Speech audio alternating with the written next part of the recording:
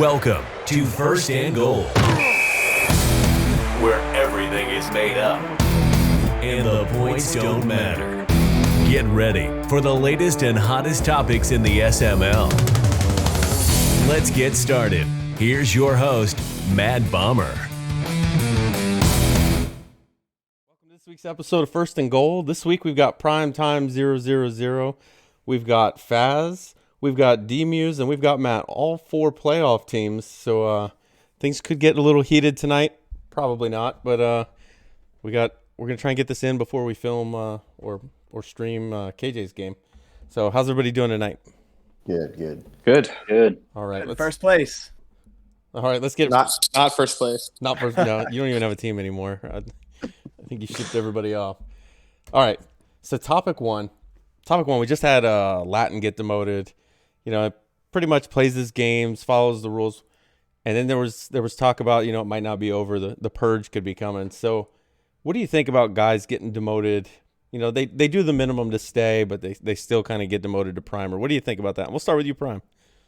Yeah, I think that you hit the nail right on the head there. When you do the minimum to stay, there's room for improvement, and I think it just goes with the old adage. Like if you get complacent with anything, then you're probably going to get passed up. And I think if our league gets complacent with things like that, then we're going to get passed up. So it's never fun to demote guys, and it's never fun to remove guys. I kind of had trouble removing or demoting Latin, but at the end of the day, you got to do what's best for the league. And it's kind of like running a football team. I mean, sometimes I'm sure GMs like these players, but if somebody's just better for the team, you have to make that hard decision. And I think it's only going to get tougher as we grow as a league, but we're going to continue to do it because the net positive has proven that it helps us. All right, Faz, what are your thoughts on that? Yeah, I totally agree. This is a great league, and I think what makes this league so great is the dedication that the owners put into it, the activity that we have. It's a great community, and I think that's the best part of it. So once you start becoming complacent on that, a good morning text in group me to stay off the inactive, play your game, but not the best to schedule with. I think once you start getting complacent there, that can open the door that, it just makes it tough for other owners to stay quite as committed once you start being loose on that. When do you stop? When do you, kind of draw the line? And I mean, we have the Primer, which has a bunch of dedicated owners. A lot of guys come up and they're great owners right off the bat. So, I think if you have the chance to utilize that and keep the league as strong as possible, I'm all for it. Yeah, and it sounds like Primer's doing really well right now. And, It is. It would kind of be a shame to lose guys that could be, like you said, a net positive. Right. D-Muse, what about you? What do you think?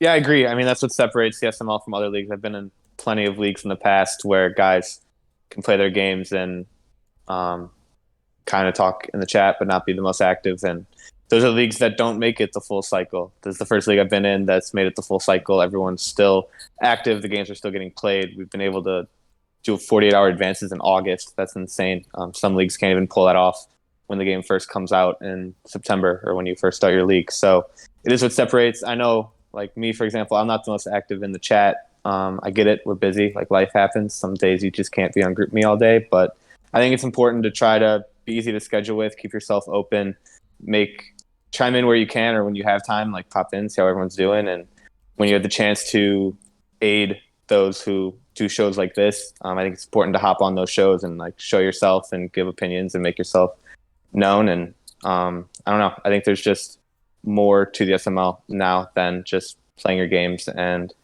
taking a spot from guys in Primer who won it and might make the league better. Yeah, and you make a great point. I'll be looking for 3 for First and Goal next week. So if anybody wants to be on it, Matt, what are your thoughts? Yeah, I feel the same way. I've been in leagues where that expectation of just play your games that's the expectation for all 32 people, even the commissioner. Those leagues are either dead or they stop playing in February or March. I've always preferred to stop playing in February or March because I'm not a big fan of the game of Madden. I don't think a lot of us are. I'm also not the best player, but something about the SML makes it a lot easier to play, and I think it is just the content that's put out. But even just killing time on GroupMe and having that guys being guys chat. I really enjoy it. So Latin was a great guy. He was always nice to me. He was always pleasant in DMs before and after games. Entertaining guy to watch on stream, but he should have been surprised, and that's the thing is I can't imagine he was surprised. These sup SMLers has been a running joke on all the content that I'm assuming he never watched. I never saw him say good show to so and so, the people that are putting it together. So I mean, he had chances to correct that. I passed him in the evals a long time ago, and I haven't been in this the whole cycle. So the writing should have been on the wall for him. So I think the SML is different. You don't have to be bomber. You don't have to have 3, 4, 5 shows, but show up and be an active member of the league more than just playing your games. I would like to add in that this standard has grown over time as well. Like this wasn't the standard of the SML 4 or 5 years ago. I mean, when you're trying to keep the wolves away from the door to eat you alive, so to speak, I mean, you're just hoping 18 guys post once every 2 days, and slowly but surely we've grown to this point where the expectation, you see the potential of the members, so you kind of raise that expectation a little bit, and hopefully some of the OGs who are in the league notice that, and they can kind of adapt as they go. All right, so let's go to topic 2.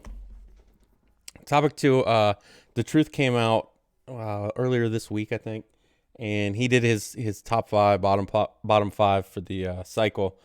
What did you guys think of those, and do you have anybody you might want to swap out or a different order? Faz, we'll start with you. Yeah, so I think I don't think there's much to argue with the the top 5 best owners. Really, the only change there would just be depending on what happens this playoff. You might see somebody bump up, bump down if RD wins one or another one. If I win another one, maybe you see a jump there. If somebody else gets there first, maybe they jump you, Bomber. Mm-hmm. Or if you get your first.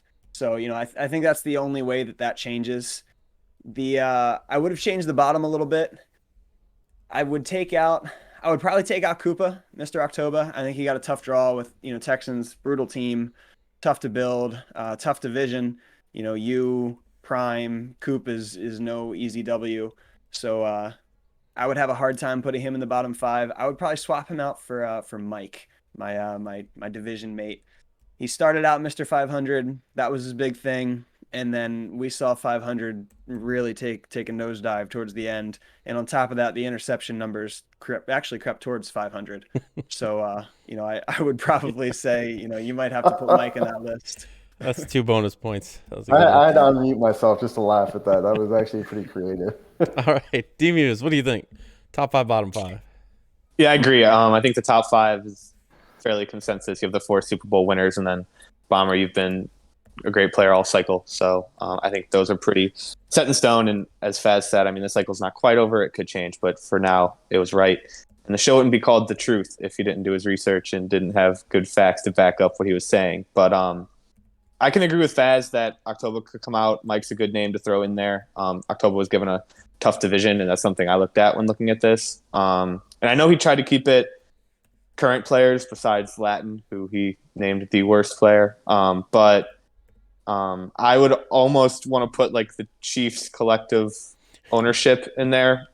Just the fact that you have Patrick Mahomes and Tyreek Hill, and they drafted another stud receiver and have McCole Hardman, had Kelsey, and some pieces on defense too. I think it's inexcusable to not perform with the Chiefs. But other than that, I thought the lists were pretty good. Good job, Paulie. It was a good show. All right, Matt, how about you? Yeah, first off, Paulie did a great job. I loved the win-loss records and the winning percentages. Those were nice touches. I'm sure that took some time.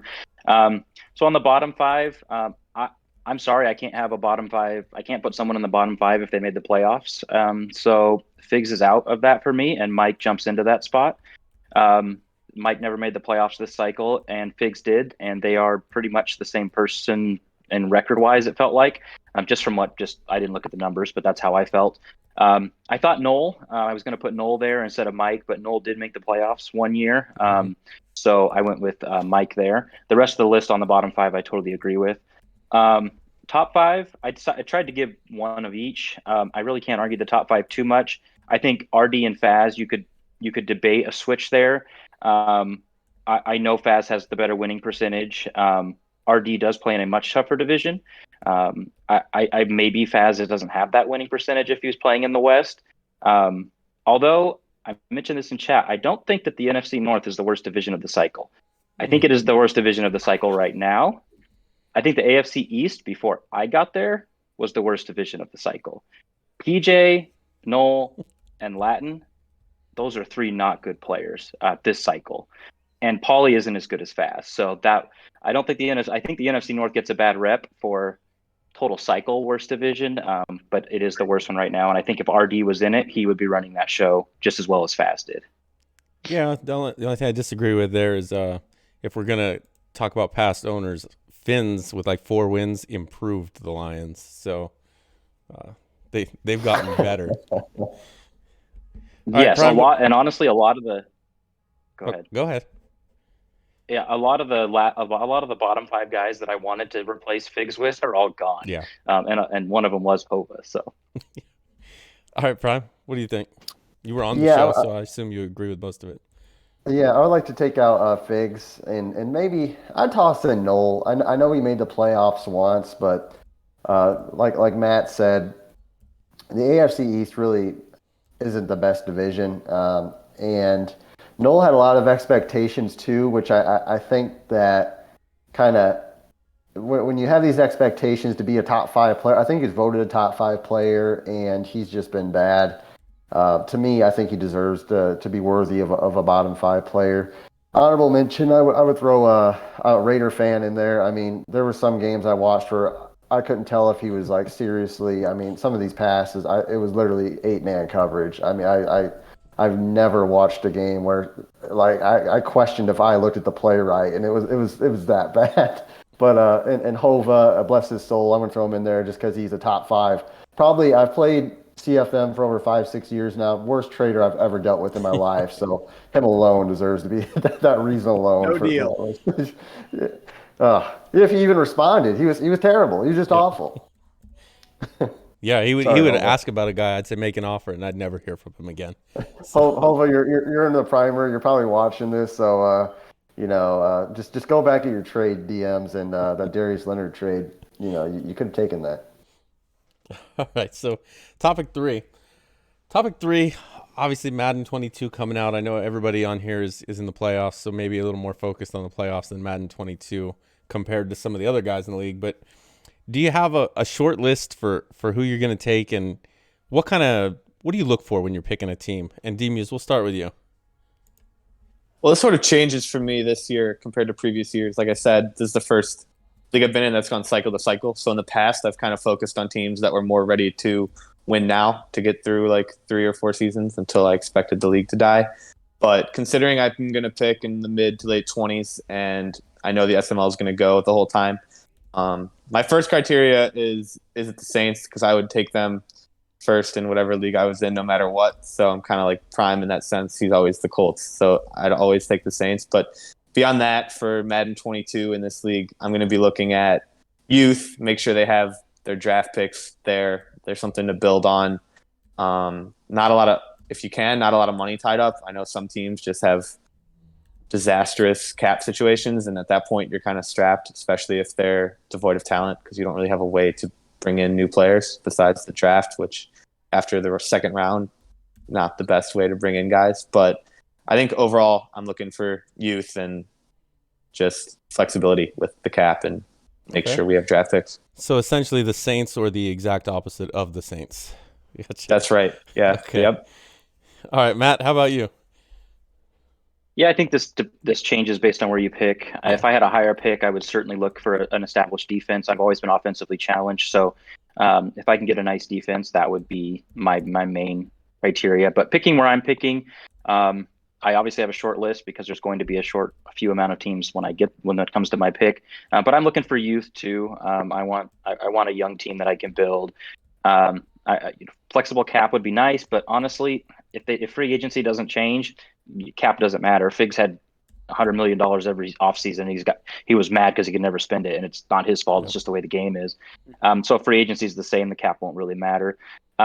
For me, though, one thing I like about picking low, and what I'm going to honestly do when it comes my time, I'm going to pick based on the division. I'm going to find a division with guys that I enjoy playing. I don't care if they're good. I don't care if they're bad.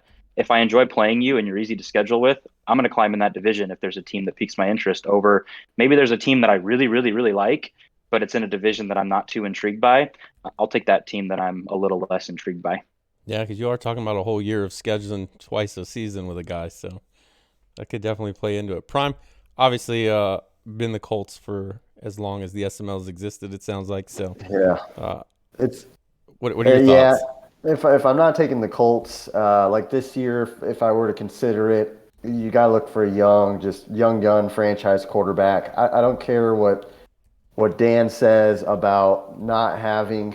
You can win without a franchise QB. There's a reason why he made 3 straight Super Bowls, and then he hasn't been back since after trading away his X Factor quarterback, superstar quarterback that was about to be X Factor. Um, so yeah, I would like to have just an established young quarterback right out the gate. After that, I would like cap space. Honestly, I enjoy just having flexibility. Even if I don't plan to spend it in free agency, I like to know I can trade somebody for a draft pick and not even care about what the cap penalty is.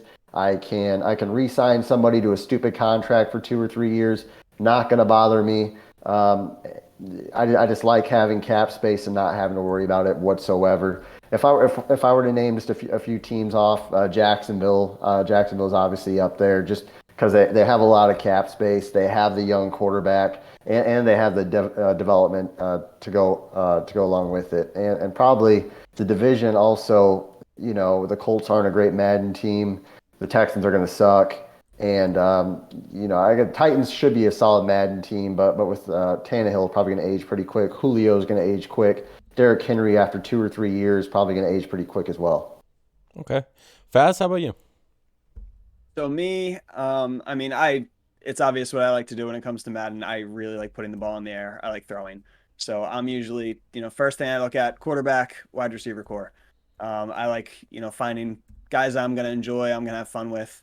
So, if I can get a Justin Herbert type, a Trevor Lawrence, a quarterback I know that I can take and build and make something great through a cycle, that's usually, my first thing I'm looking for.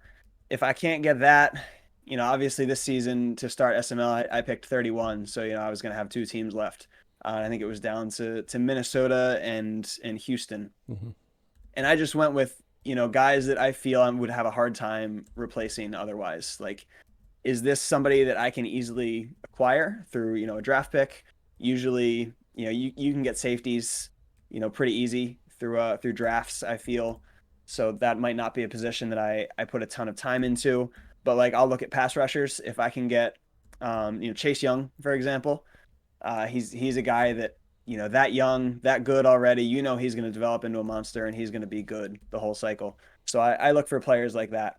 And that's where I start to go from, find my guys that I really like. And then from there, maybe division factors a little bit into it. If there's some guys I like playing in there. But if not, I'm mostly looking for players I'm going to enjoy for the whole cycle. All right. So topic four, along the same lines of Madden 22, we've got the 10-hour trial coming up. Assuming everybody gets it, what would you do with those first 10 hours? And we'll start with you, Matt. Honestly, for me, I would just, if I got it, I don't know if I am, but if I do, I'll just try the teams that I'm interested in. I'll see if league guys want to play. And if they don't, I'll just do online head-to-head and just try out the teams that I want to play and maybe quit it the second quarter or something so I don't waste a whole lot of time once I feel like I got a good grip on a team. I don't ever use practice mode or any of that stuff, period, so I don't care about that. I know some guys sim franchises to see when certain guys retire. I let everybody else do that hard work for me, and I'll just look it up.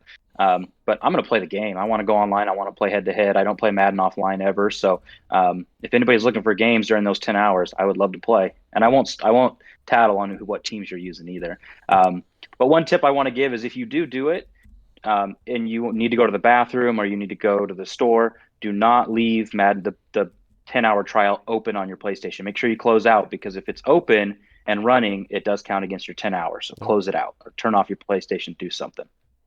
All right, Prime, how about you?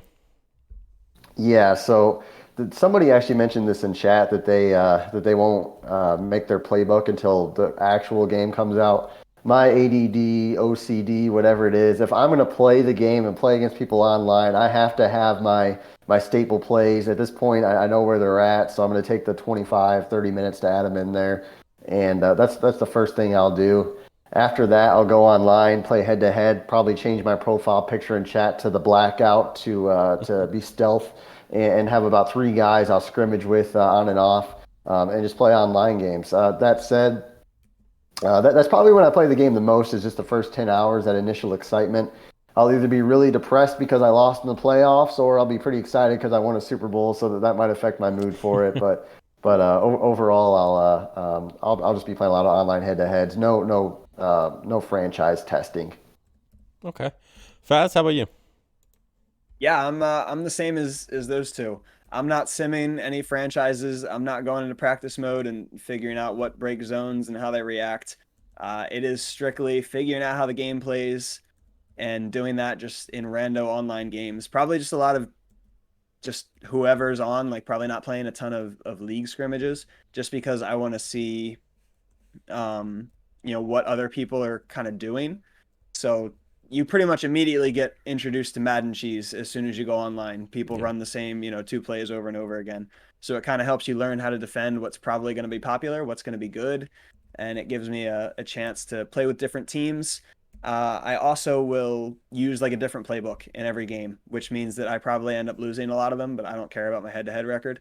So, I like seeing what's in different playbooks, new formations, new concepts, whatever they put in there. I want to try and find some things that I like before it comes out. And then, I can always add my go-to plays that I've been using for however many years later. But it gives me a nice little variety to start with. So I just go rolling with that. And D-Muse, what are you going to do? Yeah, so I've never gotten the EA Play 10-hour trial, and I probably won't this year. But I spend the first 10 hours of the new Madden the same way every year. And honestly, it's a waste of time for me, but I'll walk you through it. I log into my Ultimate Team, open the packs that I got from the pre-order that I'll never play with, see what I have there, maybe play a game, realize that there's just Madden cheese, back out, and then I'm the sim franchise guy. If I'm not playing online, I don't really play head-to-head. So if I'm not playing in a league, I usually just do offline franchises on my own just for fun. So I like to see sort of what the contracts are like down the line, what the regression's like, see if any of that changed. This year I'm going to want to get a feeling for the training. It seemed kind of confusing to me based on what they released, so I want to get a feel for that. But yeah, so I'll be wasting my time in my first 10 hours on an Ultimate Team that I'll never play with and an offline franchise that I'll abandon as soon as the SML season starts. Yeah, I actually used to play the offline franchise, but my favorite thing that they did with it was, do you remember when they added where you could, I forget what you pressed. You pressed something on your schedule, and instead of playing the computer, it would take like a random person out of head-to-head that was looking for a game, and they could fill in for your opponent that week. I didn't know that. No. Yeah, I don't remember what year it was, but it was like you would search online for just somebody that was going to play in the franchise with you, and they would play as, if you're the Colts and you played the Titans that week, you just hit search, it finds you a Titans opponent, and you play whoever it finds. I thought that was kind of cool because I hate playing the computer. But that's going to do it for this week. And this week we've got, it looks like Faz is the winner with 78 points. So Faz, these 30 seconds are all yours. Let's go, baby. Just like the Phillies, first place. We got playoffs coming up. We rolling. We're hot. We're feeling good. Rundy's maybe okay. We'll see. We'll find out. I'm hyped to get these playoffs started, and we're hoping for Simbardi number 2 here. All right. Well, that's been the probably the Madden 21 cycle finale for First and Goal. I'd imagine by this time next week we won't be playing Madden 21 anymore. So hopefully this is the finale. Maybe we'll still have the Super Bowl left to go. We'll see. But thanks for being on, guys, and thanks for watching. Thank you, Bob. Thanks for listening to First and Goal. Be sure to check out Mad Bomber TV on Twitch and YouTube for the latest from the SML. And we'll see you next time on First and Goal.